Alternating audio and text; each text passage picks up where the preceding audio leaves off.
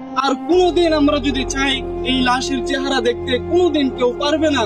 এজন্য আপনাদেরকে বলে যাই, আমাদের দাদা ছিল, আজকে আমাদের দাদা দুনিয়াতে নাই। আমাদের নানা ছিল, আজকে দুনিয়াতে আমার নানা নাই। অনেকের বাবা দুনিয়ার জমিনে ছিল, আজকে আমাদের বাবা অনেকের হারায় গেছে।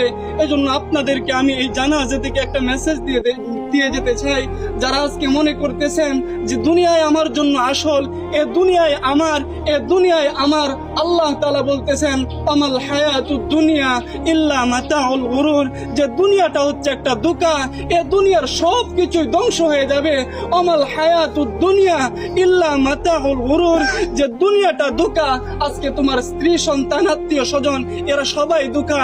এজন্য মুহতারাম হাজরিন, দুনিয়ার মুখ থেকে আজকে আমরা আমাদের চেহারা, আমাদের দিল, আমাদের কলব আজকে আমরা আল্লাহর দিকে ফিরাইয়া দেই। যে জিন্দেগিতে যত গুনাহ করছি, আজকে এই জানাজা থেকে আমরা প্রতিজ্ঞা করতে চাই আর গুনাহ করব না। যেই কবরে আমাকে যেতে হবে, সেই কবরে আমাকে একা থাকতে হবে, আর গুনাহ করব না। এই প্রতিজ্ঞা করে যদি আমরা এই জানাজা থেকে যেতে পারি, ইনশাআল্লাহ এই জানাজা আমাদের জন্য সফলতা বয়ে আনবে। সুবহানাল্লাহ। কথা আর লম্বা করার কোনো প্রয়োজন নেই। অনেকেই আত্মীয় স্বজন আছে, তারা কথা বলবেন। এই জানাজাই হচ্ছে আমাদের জন্য সবচাইতে বড় সবক, কথা ঠিক না? আল্লাহ তাআলা আমাদেরকে যে কথাগুলো বলছি সকলকে বোঝার তৌফিক দান করুক। সকল বলে আমিন।